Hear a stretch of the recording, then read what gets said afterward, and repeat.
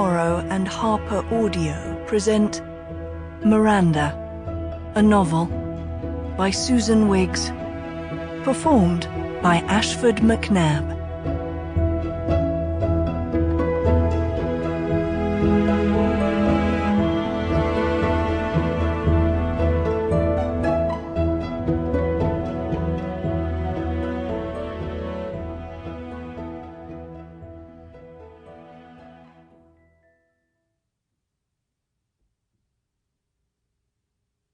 Prologue.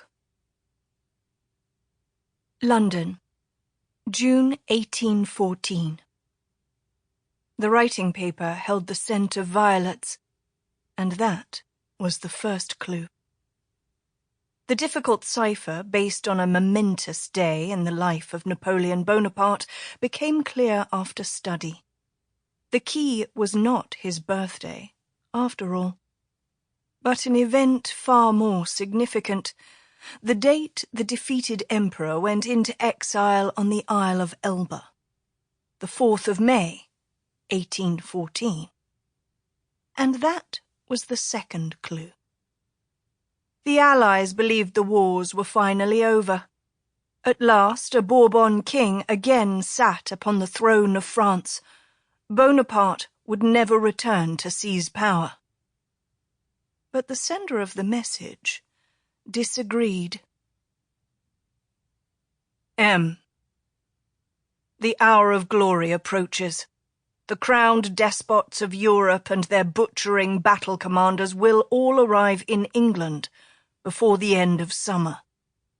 They believe they have come to celebrate a lasting peace.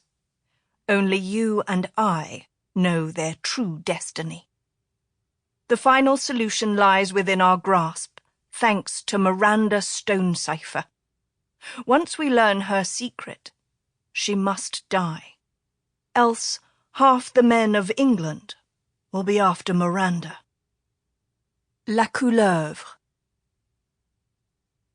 The hand holding the message clenched into a fist, crumpled the perfumed paper, and hurled it into the hearth fire. Chapter 1. How weak and powerless I am in this whirlwind of plotting and treachery. Empress Marie-Louise, second wife of Napoleon Bonaparte. London, June 1814. In the beginning, there was a single point of light.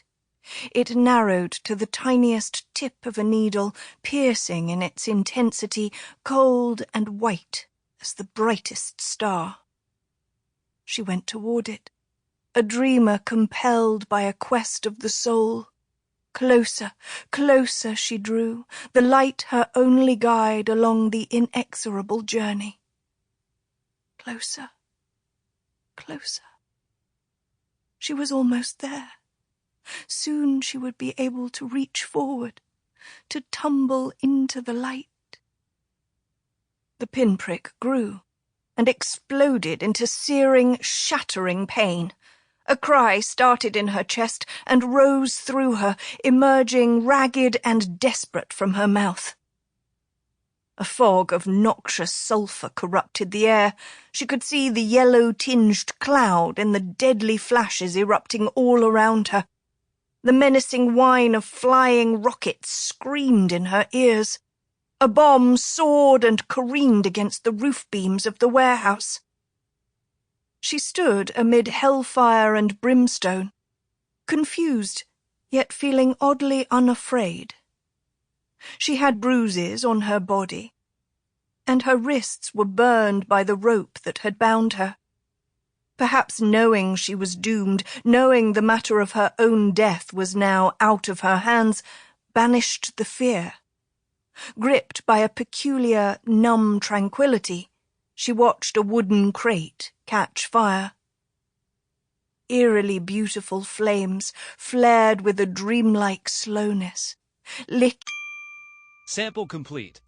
Ready to continue?